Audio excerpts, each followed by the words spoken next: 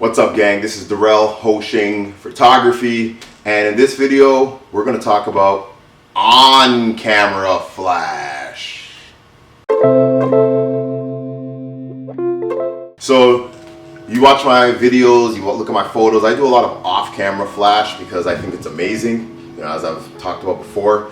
But sometimes off-camera flash is not practical.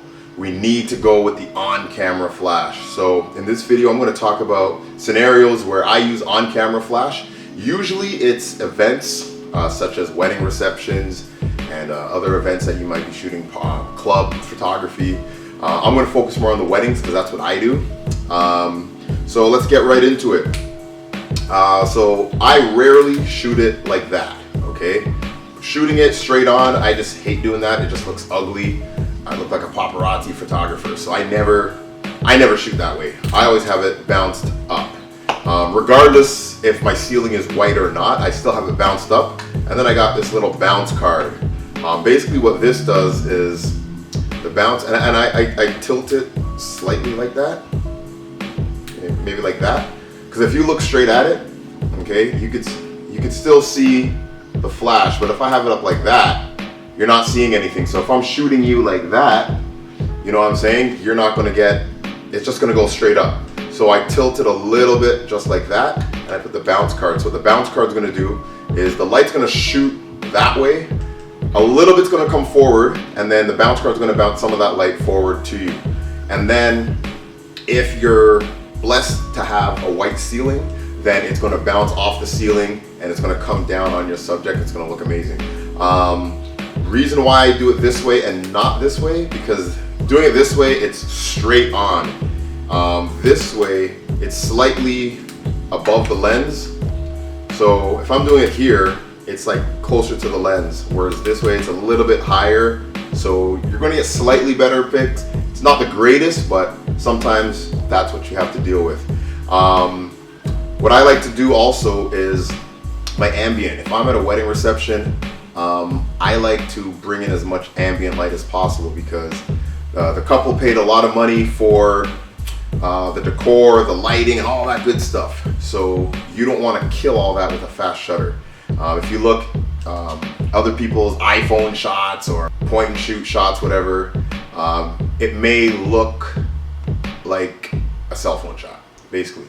It usually kills the ambient light, the really dark background. So instead of shooting at, say, 1/125th of a second or 1/200th of a second, I drag my shutter. I bring it really down into maybe 1/150 or 1/15th of a second, and that's going to bring in a lot of the ambient light, and it's going to look a whole lot better. Your pictures are going to stand out from, the guests taking their pictures, posting them on Facebook. Your photos are going to stand out. So drag the shutter, let in more ambient light along with your flash. Okay, doing that, you're going to stand out from all the other clowns shooting.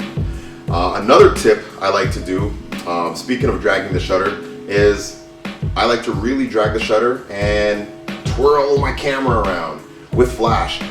Basically what that does is it creates movement, it creates motion, and when you're looking at the photo, it feels like, wow, it feels like I was actually there. I can feel the movement. Instead of freezing everything, you want to get some motion. Now, you got to be careful when you drag the shutter because you're going to be letting in more ambient light. But play around with it, see what suits you.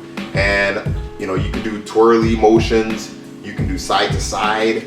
I was shooting a wedding where they did like a, what's that called? When all the guests, they get into a line and they put their hands on each other's shoulders and they go around. What's that called? Whatever. You know what it is. Comment in the comments. Let me know what it's called. It's not coming to me right now. You guys are probably like, this guy's an idiot. But anyways, so they were doing that, and I decided to drag my shutter.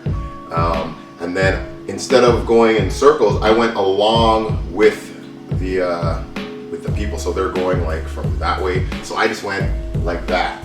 And I also had it in rear curtain. And basically what rear curtain is, sorry, I'm jumping all over the place.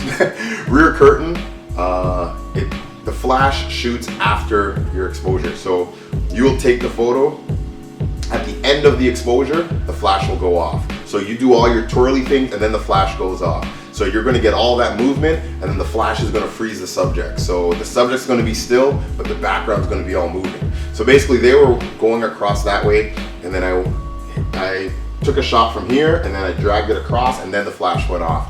And that created like that movement.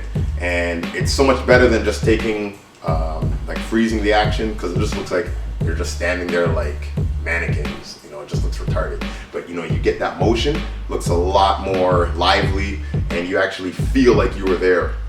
Another trick I do is I zoom while I'm shooting. So the same thing, I got a real slower exposure. I'm dragging the shutter, and I'll start off wide, and then I'll take the shot. Same thing, I'm in rear curtain, and then I'll zoom, and you get like a real cool effect, and it just gives people that feeling like they were there, because you know, they can feel the energy and the vibe. Another thing I do is, instead of shooting with my flash forward, I'll turn it. Okay. Now this only works if your walls are white. So I was at a wedding and I was fortunate to have white walls and white ceiling. So instead of just shooting it forward, I shot it kind of like a 45-degree angle behind me. So it's going over my shoulder and it's aiming up at the ceiling, walls behind me. Basically what that's going to do is, now my light source, instead of being directly on you, my light source is coming from a 45-degree angle. So it's almost like I had an off-camera flash on me, but I didn't. So that's a trick that you can use on-camera flash to get an off-camera flash feel. And like I said, this only works when you have white walls, white ceilings. If you have any other color, it's going to cast that color on your subject. So might not be the best thing. You know, you might be able to fix it in post, but I don't even bother when it's a different color, because I don't want to go through all that mess. So yeah, you can just turn it like that, or you can even turn it fully to the side. You can put it there. You can do all sorts of stuff. Play around with it. Okay, I found best results when I did it 45-degree angle over my shoulder, and that way, because when I'm usually shooting off-camera flash, I have it at a 45-degree angle from up top. So this way worked best for me. So hope you enjoyed these tips. Try them out on your next event, your next wedding or whatever. Let me know how it came out. If you have some tips, drop them, let me know. And thanks for watching, guys.